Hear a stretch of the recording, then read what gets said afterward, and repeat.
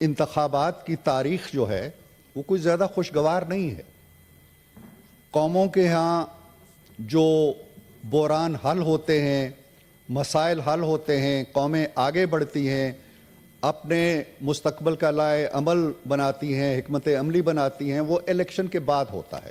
ایک سباؤ آتا ہے، ایک ٹھہراؤ آتا ہے، ایک اطمینان، آسودگی اور یقین کی لہر پھیلتی ہے۔ ہمارے ہاں ایسا نہیں ہوتا، اور یہ سلسلہ 1970 سے جاری ہے۔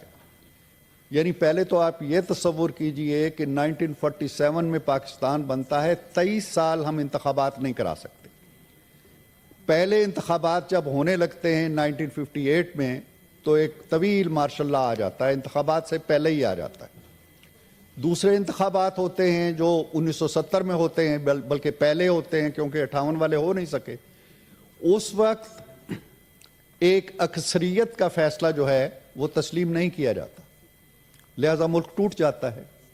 یہ پہلی مثال ہے ہمارے عوامی اور عام انتخابات کی جو انتہائی دل شگاف ہے اور انتہائی افسردہ کرنے والی ہے، افسوسناک ہے۔ دوسرے انتخابات ہوتے ہیں 1977 میں، اس میں بھی دھاندلی کا شور اٹھتا ہے، اسی طرح مذاکرات ہوتے ہیں، باتیں ہوتی ہیں، سیاسی جماعتیں کشمکش کرتی ہیں، آپس میں گتھیاں سلجھا نہیں سکتی۔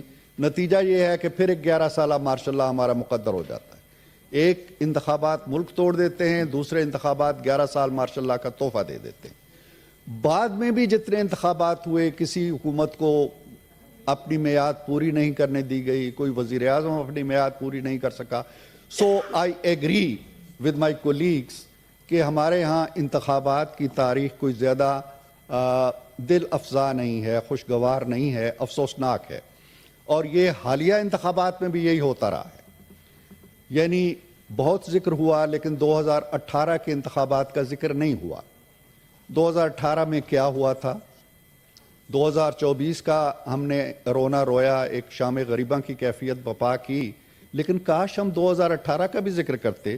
میرے بہت ہی محترم دوست نے کہا کہ علی ظفر صاحب نے کہ جو آج ہنس رہے ہیں کل وہ پھر سزائیں انہیں ملے گی تو وہ روئیں گے۔ یہی بات اگر وہ 2018 میں جب انہوں نے حکومت سنبھالی تھی اور ہماری سزاؤں پہ کہہ لگا رہے تھے اور نواز شریف کو جیل جانے پہ ہنستے تھے، یہ بات اس وقت یاد آنی چاہیے تھی۔ یہ بات آج نہیں یاد آنی چاہیے۔ ہم ہنس نہیں رہے ہیں، ہم کسی کا مذاق نہیں ہو رہا ہے۔ 2018 میں جو کچھ ہوا وہ تاریخ کا ایک سیاہ باب ہے۔ کس طرح رات کو اب کہتے ہیں جی کہ 10 گھنٹے الیکشن، 4 دن بعد نتائج کا اعلان ہوا تھا، اور اس طرح وہ برستے رہے، کبھی رات کو، کبھی دن کو، کبھی شام کو۔ ایسے نہیں ہے، اس وقت بھی بہت کچھ ہوا، شاید آج بھی ہوا ہو، اور اگر آج ہوا ہے تو وہ پورے ملک میں ہوا ہے۔ وہ صرف پنجاب میں نہیں ہوا، وہ صرف بلوچستان میں نہیں ہوا، وہ خیبر پختونخوا میں بھی ہوا ہے۔ اگر یہاں پہ ایک الیکشن کمشنر ہے تو کیا خیبر پختونخوا میں امام کعبہ نے الیکشن کرائے ہیں؟ کیا وہاں یہی الیکشن کمشنر نہیں تھا؟ کیا وہاں کوئی امام ابو حنیفہ جو تھے آ کے بیٹھے ہوئے تھے الیکشن کمشنر کے طور پر؟ ایسے نہ کریں۔ اگر خرابی ہوئی ہے، ہمہ جیت ہوئی ہے، اس خرابی کا نقصان شاید مجھے بھی ہوا ہو، آپ کو بھی ہوا ہو۔ اگر فیئر بات کرنی ہے تو فیئر بات کریں۔ اگر الیکشن متنازع ہیں تو یہ نہیں ہے کہ آپ کے ہاتھ میں جو فارم 45 ہے وہ تو قرآن کا ورق ہے، اور میرے ہاتھ میں جو فارم 45 ہے وہ پلید ہے اور ناپاک ہے۔ ایسے نہیں ہوتا نا، ایسے نہیں ہوا کرتا۔ ترازو کو اس طرح سے امبیلنس نہ کریں۔ اور یہ بھی دیکھیں کہ 2013 میں جب الیکشن ہوئے ہیں،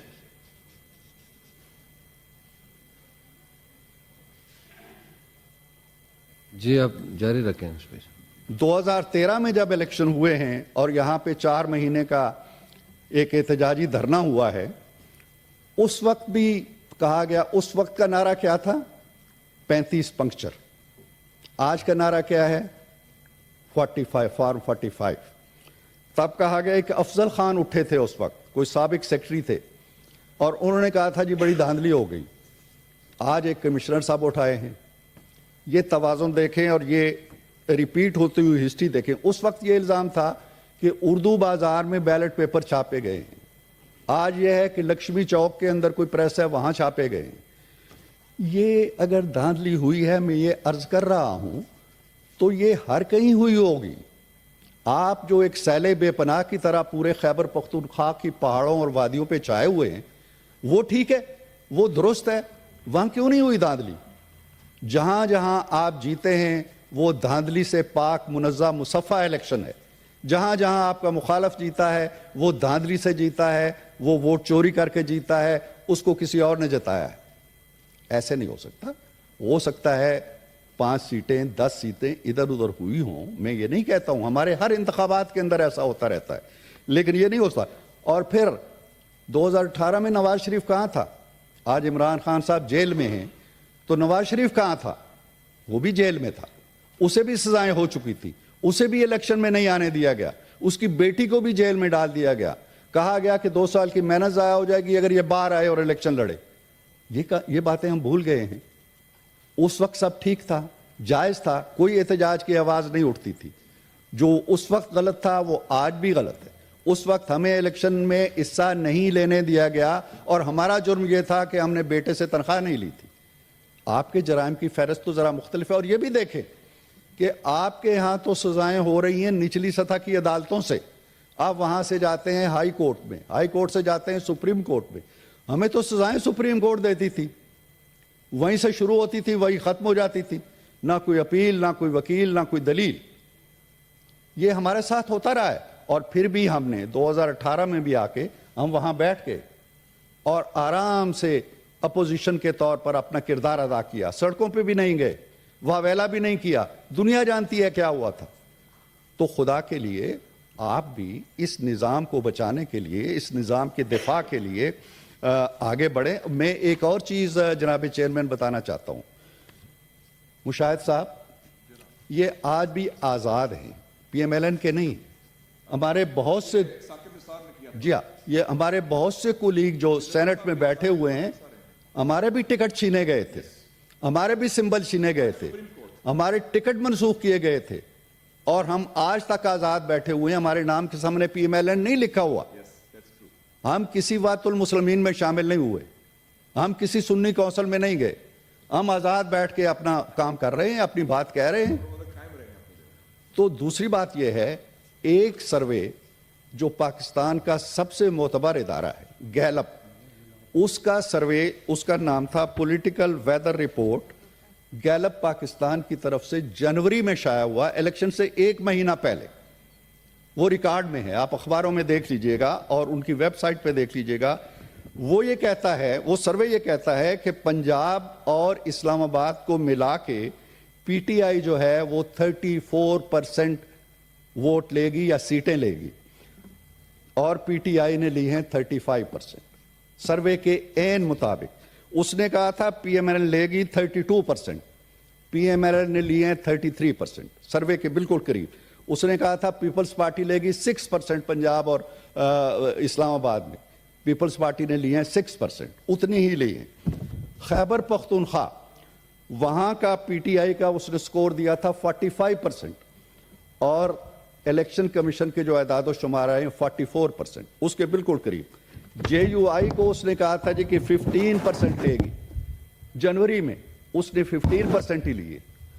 پی ایم ایل این کے بارے میں اس نے کہا تھا 9% لے گی، پی ایم ایل این نے 9% ہی لیے، یس کے پی میں۔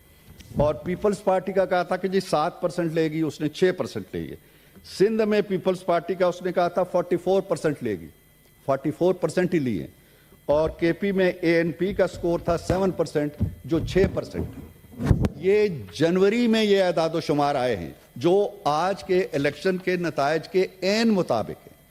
میں یہ عرض کر رہا ہوں کہ جب آپ مولانا فضل الرحمان کے ہاں جا سکتے ہیں، جن کے بارے میں آپ کی رائے ڈھکی چھپی نہیں ہے، جن کو آپ نے پتہ نہیں کون کون سے القابات سے نوازا اور ایک عالم دین کو رسوا کیا، تمسخر اڑایا جلسوں میں، اس کے گھر کوچہ رکیب میں سر کے بال آپ جا سکتے ہیں، کس لیے کہ آؤ ہمارے ساتھ احتجاج کرو۔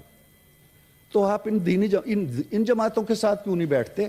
ان کے ساتھ بیٹھیں جو جمہوری کریڈنشلز رکھتی ہیں، جو پارلیمنٹ کے اندر اگر مل جائیں تو 2/3 اکثریت بنتی ہے، ان سے بھی بات کر لیں۔ آپ فرمان جاری کرتے ہیں جی کہ سب کچھ ہو جائے گا، پی ایم ایل این سے بات نہیں ہوگی، پی پی پی سے بات نہیں ہوگی۔ یہ کون سا نظام ہے؟ آپ حکومت میں ہوتے ہیں تو ہاتھ نہیں ملاتے، آپ اپوزیشن میں ہوتے ہیں تو ہاتھ نہیں ملاتے۔ کیا جمہوریت اس طرح چلتی ہے؟ یہ ایوان بھی ہے، میدان بھی ہے، سارا کچھ ہے، لیکن کیا سیاست میدانوں میں ہونی ہے؟ آ جائیں ایوانوں کے اندر، احتجاج کریں، عدالتیں موجود ہیں، فورم موجود ہیں۔ اب الزام تراشی، گالی، پتھر زنی، یہ سیاست اب میرا خیال ہے ختم ہو جانی چاہیے۔ ایسا نہیں ہے کہ 2018 کا آپ دور گزارا، ہمیں بھی آپ نے جیلوں میں ڈالا، لوگوں کو سزائیں سنائیں، نیب کو پیچھے لگایا، اداروں کو پیچھے لگایا۔ سر 2 منٹس مجھے اور چاہیے۔ لیکن ہم لوگ چلتے رہے، ہم نے نہ بائیکاٹ کیا، نہ ہم نے استعفے دیے۔ آپ کو تو پارلیمانی سیاست سے کوئی تعلق ہی نہیں لگتا۔ 2002 میں پہلی دفعہ خان صاحب آئے، مستعفی ہو کے چلے گئے۔ 2008 کا الیکشن نہیں لڑا۔ 2013 میں آئے تو دھرنے دیتے رہے اور آخر میں استعفے دے دیے۔ 2018 میں بیٹھے رہے، لیکن جب حکومت ٹوٹنے لگی تو اسمبلی توڑ دی۔ یہ جمہوری کیریکٹر نہیں ہے۔ جمہوری کیریکٹر یہ ہے کہ خندہ پیشانی کے ساتھ آپ کے دل کے اوپر چوٹ لگی ہوگی، ہمارے دل پہ بھی لگی ہوگی، ہم بھی پتہ نہیں کیا اعداد و شمار بنائے بیٹھے ہوں گے، آپ بھی بنائے بیٹھے ہوں گے۔ لہٰذا آئیے ان دل شگاف چیزوں کو سامنے رکھنے کے بجائے اور چھوٹی چھوٹی جماعتوں کے چھتری تلے پناہ دینے کے بجائے، کتنا اچھا لگے گا کہ اتنی بڑی پی ٹی آئی جس نے 92 کے قریب سیٹیں لی ہے، وہ پی ٹی آئی نہیں کہلائے گی، وہ وحدت المسلمین کہلائے گی، وہ سنی کونسل کہلائے گی۔ کتنا مزہ ہے آپ کو؟ میں اب اس پہ اس سے زیادہ کچھ نہیں کہنا چاہتا۔ انتخابات کے حوالے سے اگر کنسرن ہیں، ایوان میں آئیں، حلف اٹھائیں، اپوزیشن کا کردار ادا کریں۔ اپوزیشن کا کردار حکومت کے کردار سے کہیں زیادہ عام ہے۔ جو بھی حکومت بنے گی ایک مخلوط حکومت ہوگی، کسی کے پاس میجارٹی نہیں ہے۔ پی ایم ایل این نہیں بنا سکتی، پی پی پی نہیں بنا سکتی، آپ نہیں بنا سکتے۔ لہذا کیا ہوگا؟ 2 جماعتیں ملیں گی اس ایوان کو بچانے کے لیے، جمہوریت کو بچانے کے لیے۔ اگر نہیں ملے گی تو اسمبلی ٹوٹ جائے گی، اور اس کے بعد آپ یہ کہتے ہیں جی کہ 90 ڈیز میں الیکشن ہو جائیں گے۔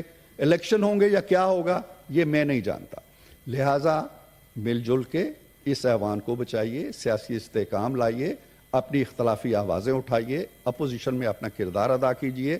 ایک بڑا اچھا صوبہ ہے خیبر پختونخوا، 15 سال سے 10 سال سے آپ بیٹھے ہیں، 5 سال مزید بیٹھیے، وہاں دودھ اور شہد کی نہریں بہائیے تاکہ لوگ جو ہیں وہ آپ کی طرف مائل ہوں اور بچا کچا پاکستان بھی آپ کے حصے میں آ جائے۔